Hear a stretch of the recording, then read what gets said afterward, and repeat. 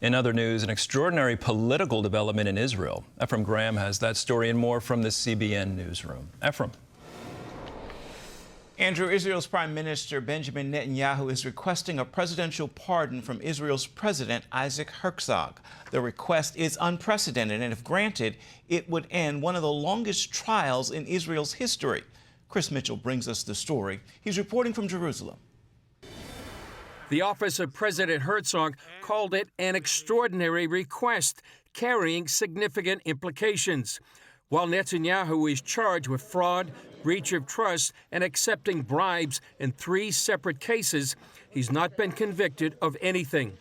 During an address to the nation, Netanyahu did not admit guilt and explained his request. The trial has been going on for close to 6 years, and it is expected to continue for many more years, as the exonerating evidence and testimonies that completely dismantle the false claims against me are revealed in court. My personal interest has been and remains to continue the process to its conclusion and to full acquittal on all charges. Recently, the judges in his case required Netanyahu to testify 3 times a week.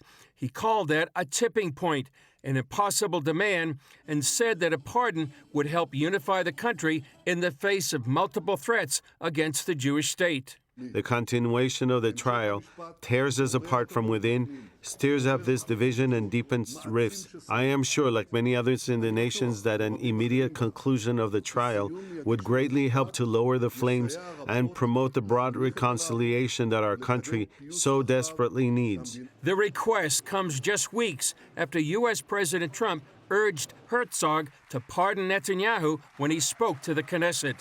I have an idea. Mr. President, why don't you give him a pardon? Opposition leader Yair Lapid called on Herzog to reject Netanyahu's appeal. You cannot grant him a pardon without an admission of guilt, an expression of remorse, and an immediate retirement from political life. Israeli media reports say President Herzog is considering a conditional plea deal for Netanyahu.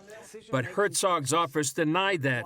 They say Herzog is waiting for a legal opinion on Netanyahu's request. It could be weeks before Herzog issues his response. Chris Mitchell, CBN News, Jerusalem.